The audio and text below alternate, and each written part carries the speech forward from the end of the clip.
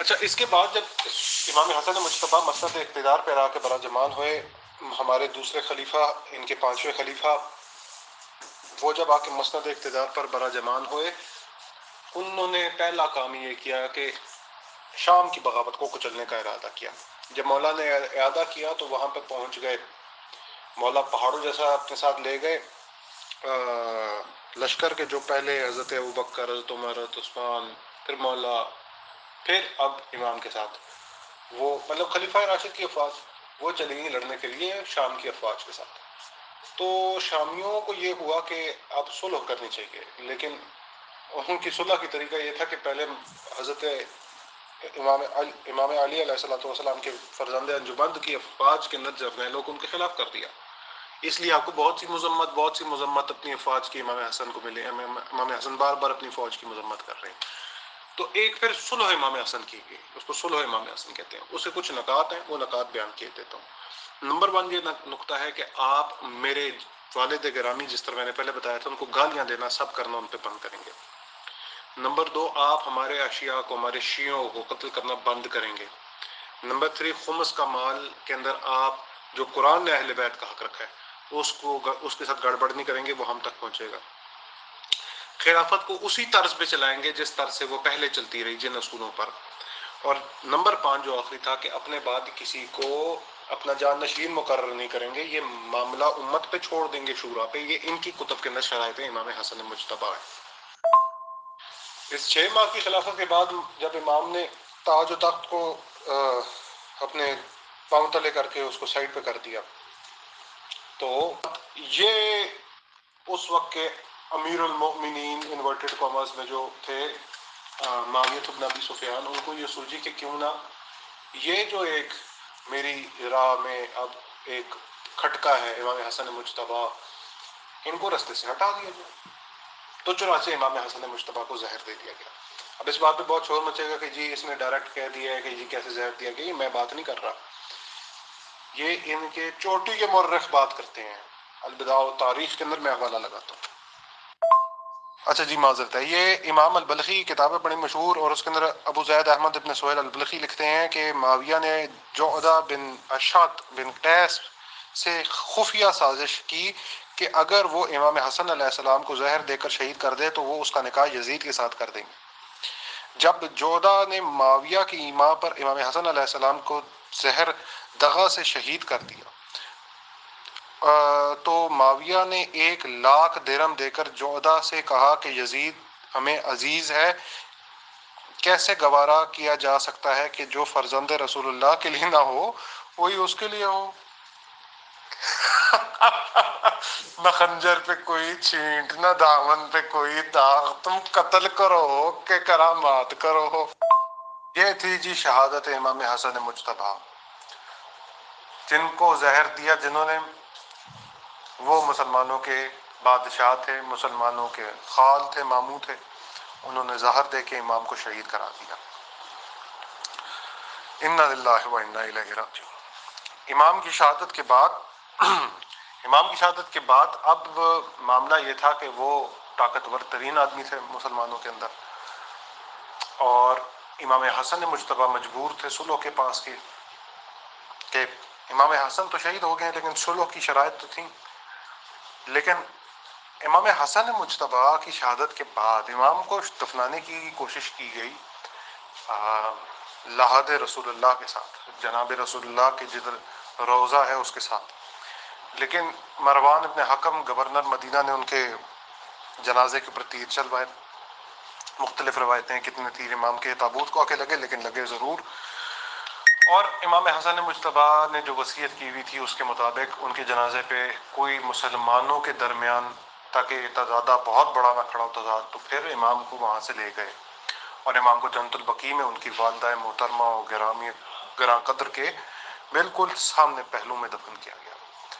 Be be کے بالکل پہلو میں بیٹا اپنی ماں کے بالکل قدموں کے اندر دفن ہوا ہے۔ ایک اور امر ہم واضح کرتے چلے کہ امام حسن مجتبیٰ نے صلح فرمائی ہے، امام نے بیعت نہیں کی ہے۔ یہ بہت کان کھول کے لوگ سن لیں جو کہتے ہیں امام نے بیعت کی ہے۔ بیعت کہاں کی ہے؟ صلح کو بیعت کہتے ہیں۔ اس طرح جناب رسول اللہ نے صلح کی ہے ابو سفیان کے ساتھ، ان کے دادا کے ساتھ، ان کے باپ کے ساتھ۔ تو کیا اس صلح کو بیعت کہیں گے؟ کیا مولا نے جو ان کے ساتھ صلح کی تھی تحکیم کے بعد اس صلح کو بیعت کہتے ہیں؟ تو معاویہ ابن ابی سفیان کے ساتھ جو صلح کریں مولا حسن مجتبیٰ، کس طرح یہ آپ بیعت کر سکتے ہیں؟ کیا معنی دارت؟ وہ شہید کرانے والوں میں سے ہیں ہی، وہ میں سے کیا؟ آپ کے سامنے بلخی کی تاریخ کے اندر سے حوالہ، تو یہ مت ہمیں چورن بیچیے گا بالکل۔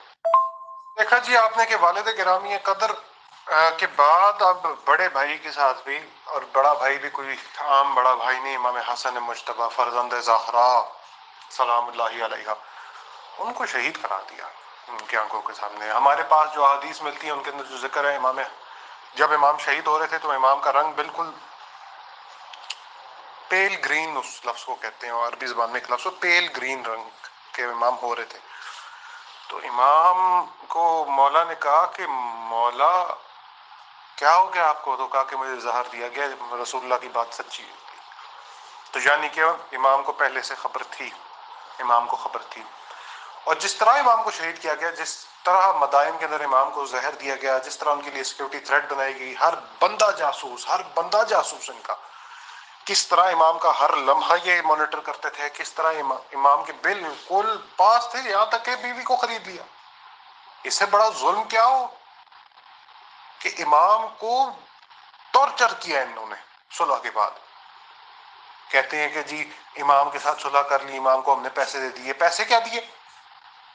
امام کو مدائن میں بالکل ہاؤس اریسٹ کر دیا۔ عجیب بات ہے جی۔ پھر امام کے ادھر مدینہ گئے، مدینہ میں ہاؤس اریسٹ، مروان سامنے بیٹھا ہوا ہے۔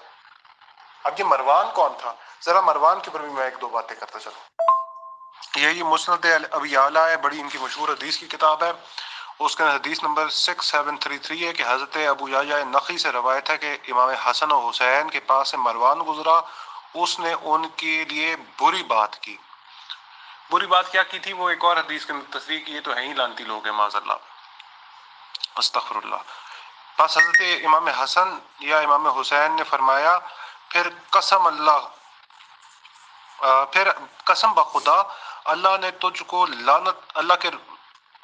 کو لعنت فرمائی ہے اس حال میں کہ تو اپنی باپ حکم کی پشت میں تھا۔ آپ نے نبی کی کریم صلی اللہ علیہ وآلہ وسلم کی زبان سے سنا۔ مطلب حضرت ابو یحییٰ فرماتے ہیں کہ یہ سن کر مروان کی بولتی بند ہو گئی۔ یہ گورنر تھا جو مولا کو دیکھ رہا تھا، تو مولا شہید ہو گئے۔ مولا کے بعد اب کیا ہوا وہ ہم دیکھتے ہیں کہ مولا کے بعد کس طرح ہوتا رہا۔ ابھی میں اپنی دوسری آڈیو کرتا ہوں۔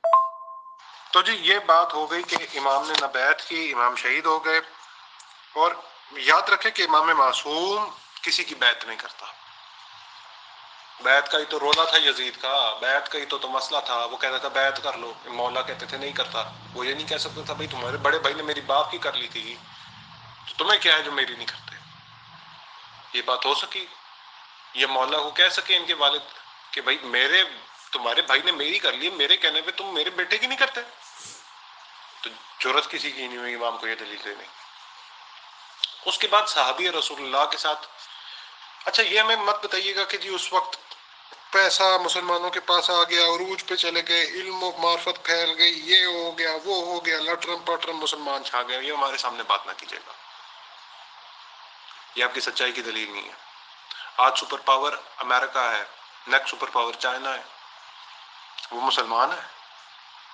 تو اسلام کا کوئی تعلق نہیں ہے دنیاوی عیش و عشرت سے آپ کے، جو مرضی آپ کرتے پھرے۔ بہرحال ان کے دور کے اندر کیا ہوتا تھا اس کے اندر ایک ہم آپ کو مثال دیتے چلیں۔ یہ جی ان کے ہاں کی ایک کتاب ہے سنن ابی داؤد، اس کے اندر ایک حدیث آئی ہے کہ خالد کہتے ہیں کہ مقدام بن معدی کرب، عمر بن اسود اور بنی اسد کے رہنے والوں میں سے ایک شخص معاویہ بن ابی سفیان کے پاس آئے، تو معاویہ نے مقدام سے کہا کہ آپ کو خبر ہے کہ حسن بن علی علیہ السلام کا انتقال ہو گیا؟ تو مقدام نے سن کر کہا انا للہ و انا الیہ راجعون۔ تو ان میں سے ایک شخص نے کہا، جی ہاں، کس نے کہا کیا آپ کیا کوئی اس کو مصیبت سمجھتے ہیں؟ تو انہوں نے کہا میں اسے کیوں نہ مصیبت سمجھوں، کہ رسول اللہ نے اپنی گود میں بٹھا کر فرمایا یہ میرا متشابہ ہے اور حسین علی کے، یہ سن کے اسدی نے کہا ایک انگارہ تھا جسے اللہ نے بجھا دیا۔ تو مقدام نے کہا آج میں آپ کو ناپسندیدہ بات سناؤں اور ناراض کیے بغیر نہ رہ سکتا۔ پھر انہوں نے کہا معاویہ اگر میں سچ کہوں تو میری تصدیق کرنا اور اگر میں جھوٹ کہوں تو جھٹلا دیں۔ معاویہ بولے میں ایسا ہی کروں گا۔ مقدام نے کہا میں اللہ کا واسطہ دے کر آپ سے پوچھتا ہوں کیا آپ کو معلوم ہے کہ رسول اللہ نے سونا پہننا منع کیا ہے؟ معاویہ نے کہا کہ ہاں۔ پھر کہا کہ میں اللہ کا واسطہ دے کر آپ سے کہتا ہوں کیا آپ کو معلوم ہے اللہ کے رسول نے ریشمی کیڑا پہننے سے منع فرمایا ہے؟ کہا ہاں۔ پھر فرمایا کہ میں اللہ کا واسطہ دے کر آپ سے پوچھتا ہوں کہ کیا آپ کو معلوم ہے کہ رسول اللہ نے درندوں کی کھال پہننے سے اور اس پر سوار ہونے سے منع فرمایا ہے؟ کہا ہاں معلوم ہے۔ تو انہوں نے کہا معاویہ قسم اللہ کی یہ ساری چیزیں آپ کے گھر میں دیکھ رہا ہوں۔ تو معاویہ نے کہا مقدام مجھے معلوم تھا کہ میں تمہیں نکتہ چینیوں میں سے نہ بچا سکوں گا۔ جی ہاں میں بھائی نکتہ چی نہ بنوں، نکتہ چی ہے غم دل ہے جی غالب۔ خالد کہتے ہیں پھر معاویہ نے مقدام کو اتنا مال دینے کا حکم دیا جتنا ان کے دونوں ساتھیوں کو نہیں دیا تھا اور ان کے بیٹے کا حصہ 200 والوں میں مقرر کیا۔ مقدام نے وہ سارا مال اپنے ساتھیوں میں بانٹ دیا۔ اسدی نے اپنے مال میں سے کسی کو کچھ نہ دیا۔ یہ خبر معاویہ کو پہنچی تو انہوں نے کہا مقدام سخی آدمی ہے جو اپنا ہاتھ کھلا رکھتے ہیں اور اسدی اپنی چیزیں اچھی طرح روکنے والا آدمی ہے۔ یہ حالت تھی ان کی دور کی، یہ حالت تھی سنی کتاب صحیح حدیث۔ تو جی اس کے بعد ہم آپ کو بتاتے ہیں کہ ان کے دور کے اندر اب امام حسن نے یہ کام دیکھا کہ ان کے گھر میں یہ وہ دیکھ رہے تھے، مقداد دیکھ رہے تھے، تو کیا حضرت امام حسین ہی دیکھ رہے تھے؟ اچھا اس کے بعد یہ ہوا کہ ابو ذر کے ساتھ اس بنی امیہ نے کیا شروع کیا؟ تو یہ کیا کر رہے ہوں گے امام حسین ان کے گھرانے کے ساتھ؟ ابو ذر کے بارے میں جناب وہ پہلے اوائل کے مسلمانوں میں سے ہیں۔ ابو ذر جندب ان کا اصل نام ہے میرے خیال سے، وہ پہلے چند مسلمانوں میں سے ہیں۔ کہا کہ بھائی زمین ہے آپ سے سچا آدمی نہیں دیکھا ہے ابو ذر، رسول اللہ نے آپ سے سچا آدمی اس آسمان نے سایہ نہیں کیا کسی پہ ابو ذر۔ تبوک کے اندر رسول اللہ نے کہا تھا مولا علی کو جب اپنا خلیفہ پیچھے بنایا مدینہ پہ تو تبوک کے اندر فرمایا جو پیچھے رہ جائے وہ منافق ہے، تو ابو ذر نہیں آ سکے۔ تو رسول اللہ بار بار پوچھتے تھے کہاں ہے ابو ذر کہاں ہے؟ تو دیکھا دور سے نا صحرا میں کیونکہ نظر آتا ہے کوئی آ رہا ہے تو رسول اللہ نے فرمایا اے آنے والے ابو ذر ہو جا، تو وہ واقعی ابو ذر تھے۔ تو رسول اللہ نے کہا تھا کہ مجھے واقعی پتہ تھا کہ ابو ذر پیچھے نہ رہ گئے، ان کا مفہوم ہے رسول اللہ نے فرمایا۔ تو ابو ذر کے ساتھ کیا ہوا میں آپ کو دکھاتا ہوں۔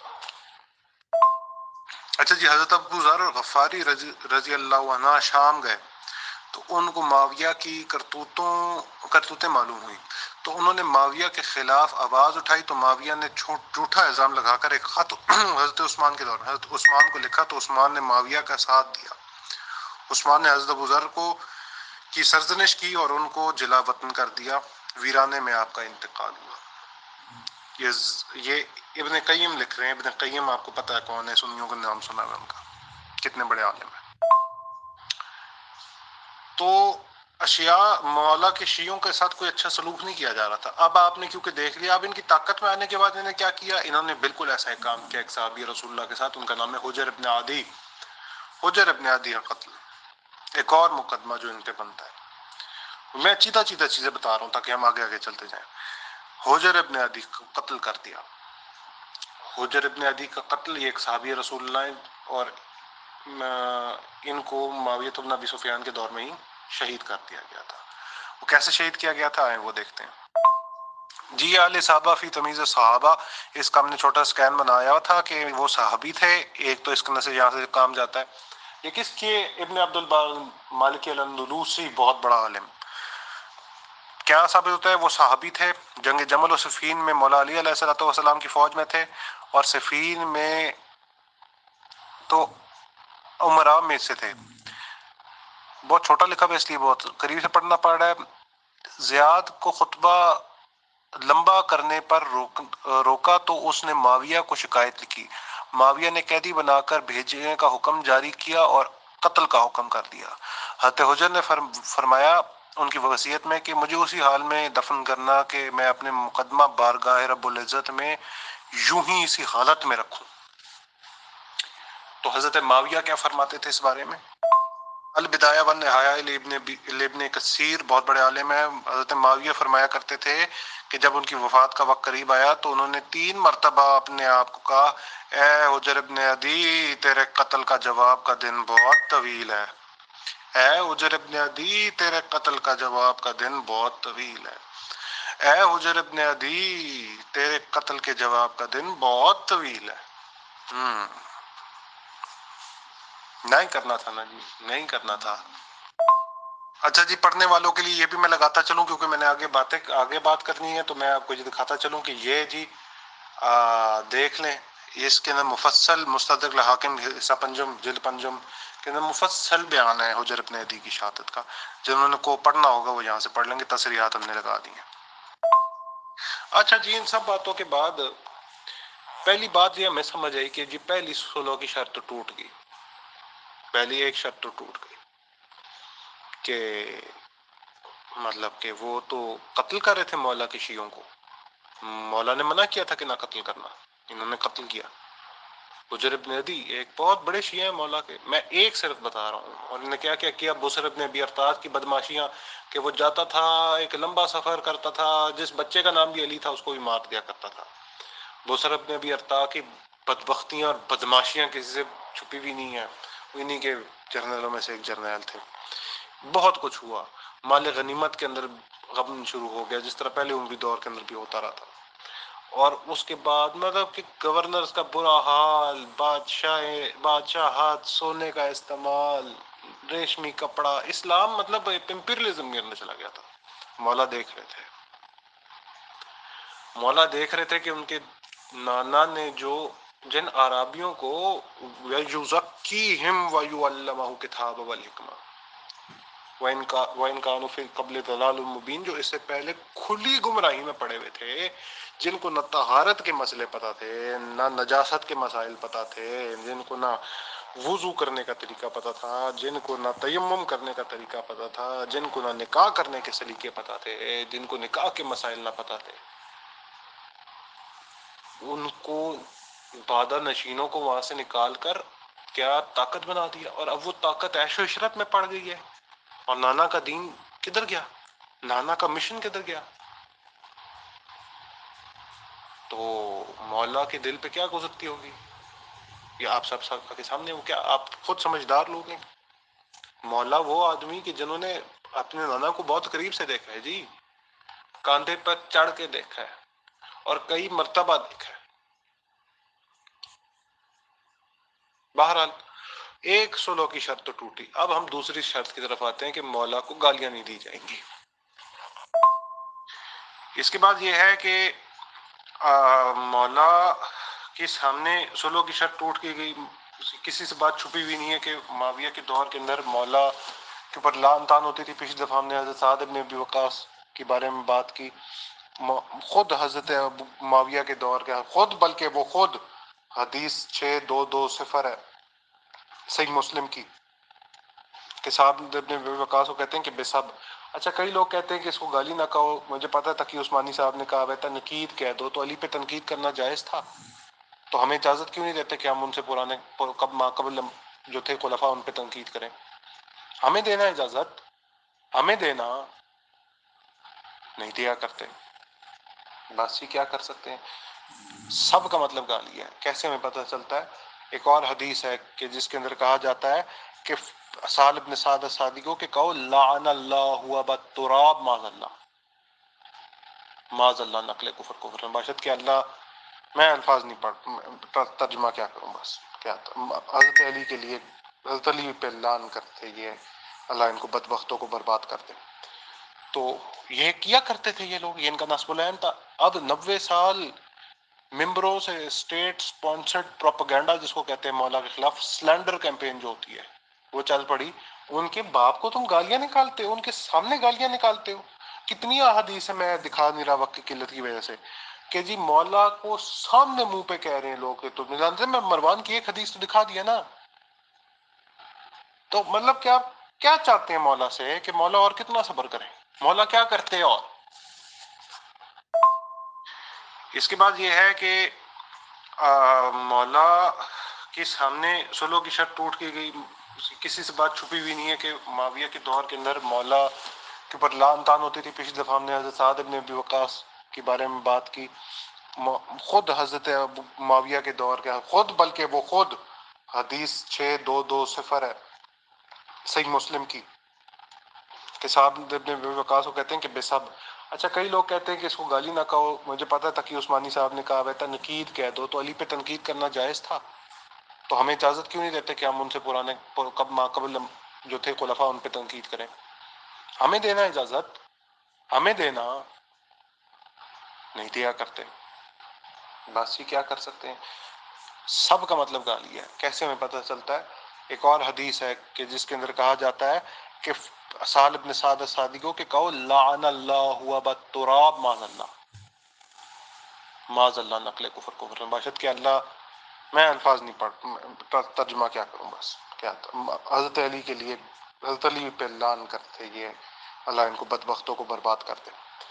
تو یہ کیا کرتے تھے یہ لوگ، یہ ان کا نصب العین تھا. اب 90 سال ممبروں سے اسٹیٹ سپانسرڈ پروپیگنڈا جس کو کہتے ہیں مولا کے خلاف، سلینڈر کیمپین جو ہوتی ہے وہ چل پڑی. ان کے باپ کو تم گالیاں نکالتے ہو، ان کے سامنے گالیاں نکالتے ہو. کتنی احادیث ہے، میں دکھا نہیں رہا وقت کی قلت کی وجہ سے، کہ جی مولا کو سامنے منہ پہ کہہ رہے ہیں لوگ کہ تم جانتے، میں مروان کی ایک حدیث تو دکھا دیا نا. تو مطلب کیا چاہتے ہیں مولا سے کہ مولا اور کتنا صبر کریں؟ مولا کیا کرتے ہیں؟ اور آج کے آخری مقدمے کے اوپر ہم بات کرتے ہوئے چلیں کہ مولا نے جب اتنا کچھ برداشت کر لیا، تو البدایہ و نہایہ تاریخ ابن کثیر کے ایک اور خط بھی موجود ہے مولا کا، کہ جو لکھا کہ میں پریشان ہوں کہ میں اللہ کے حضور کیا جواب دوں گا. میں تو اپنے بھائی کی صلح سے مجبور ہوں، ورنہ مجھے نہیں پتا میرے پاس کیا جواب ہوتا اللہ کے سامنے کہ میں چپ کر کے کیوں بیٹھا ہوں. یعنی کہ کربلا پہلے برپا ہو جاتی، لیکن مولا چپ کر کے بیٹھے. پھر ایک دفعہ یہ ہوا، اب یہ جو میں بات بتا رہا ہوں یہ سورہ احقاف تفسیر ابن کثیر آیت نمبر 17 اس کے ضمن کے اندر بالکل صحیح و سند اس کی روایت موجود ہے. اور وہ روایت کیا تھوڑی سی طویل ہے، وہ میں اگلی وائس میں بتاتا ہوں.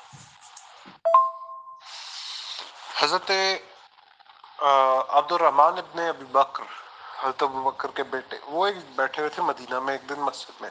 تو مروان ممبر پہ آیا اور خطبہ دینا شروع کیا کہ امیر المومنین حضرت معاویہ ابن ابی سفیان کو اللہ نے بڑی اچھی چیز سجائی ہے کہ اب اپنے بعد، کیونکہ آخری دور ان کا شروع ہو چکا تھا، اب اپنے بعد وہ اپنے بیٹے یعنی کہ یزید کو اپنا جان نشین مقرر کرتے ہیں.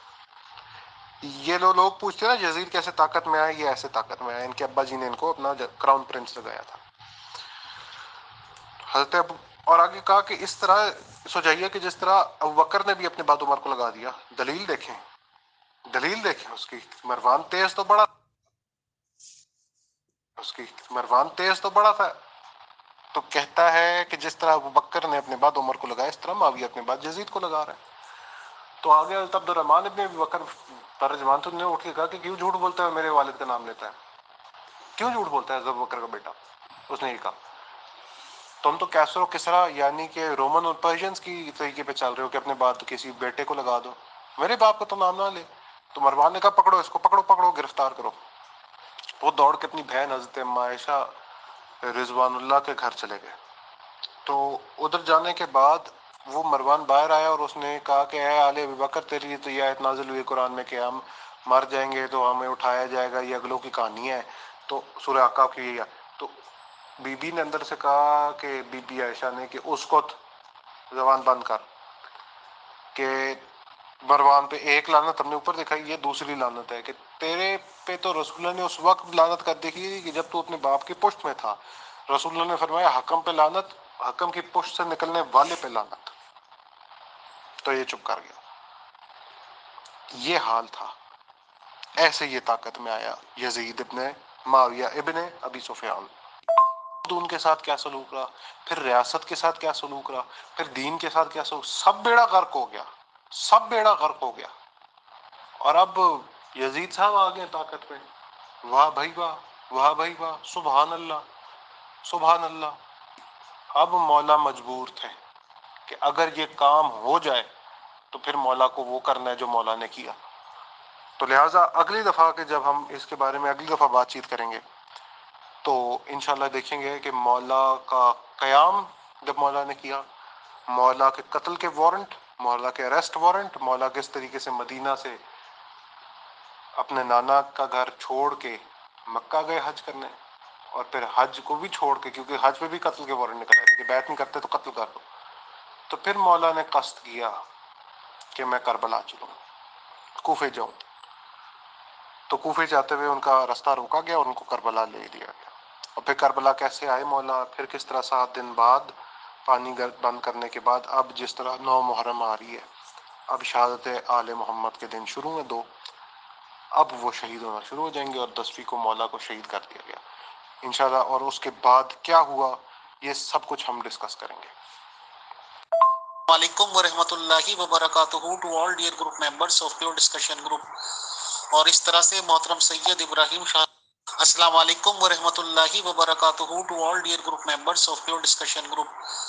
اور اس طرح سے محترم سید ابراہیم شاہ صاحب نے اپنی بات چیت رکھی اور دلائل کے ساتھ رکھی، جو بھی اسٹیٹمنٹ انہوں نے دیے ہیں اس کے باقاعدہ اسکینس کے ساتھ یہاں پہ لگائے ہیں تاکہ کسی کو کوئی اعتراض نہ ہو۔ پھر بھی اگر کوئی سمجھتا ہے کہ کوئی ان کا اعتراض بنتا ہے یا سوال بنتا ہے تو ہمیشہ خیر مقدم کیا جاتا ہے۔ بہت شکریہ، بہت جزاک اللہ محترم سید ابراہیم شاہ صاحب and all dear group members of pure discussion group.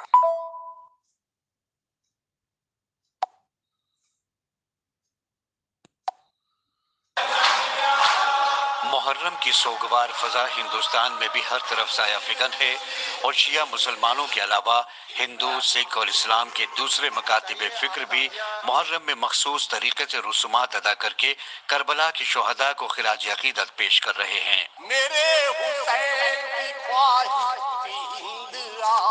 Hindustan کے کئی علاقے ایسے ہیں جہاں محرم کا چاند نمودار ہوتے ہی ہندوؤں کے گھروں پر بھی سیاہ پرچم لگا دیے جاتے ہیں، اور ہندو عزادار نوحہ خوانی اور سینہ زنی کرتے ہوئے دشت کربلا کے شہداء کے غم میں اشک بہاتے ہیں۔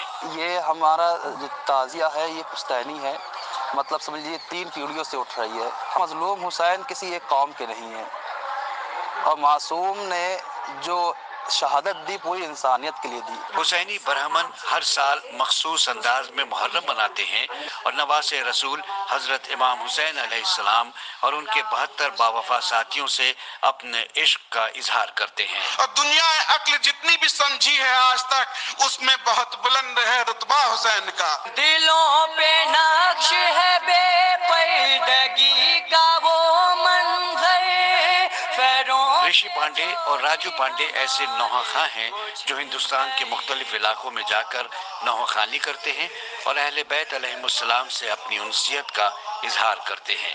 لاش حسین دیکھ کے سکھ بھی اشعار پڑھ کر دشت کربلا کے سرماؤں کو نذرانہ عقیدت پیش کرتے ہیں۔ کربلا کے شہداء کا غم پورے ہندوستان کے گوشہ و کنار میں مسلمانوں کے علاوہ ہندوؤں کے گھروں میں بھی منایا جاتا ہے، اور شیعہ، سنی اور اہل ہنود بھی امام بارگاہوں اور دوسرے مذہبی مقامات پر جا کر محرم کی سوگوار فضا ہندوستان میں بھی ہر طرف سایہ فکن ہے، اور شیعہ مسلمانوں کے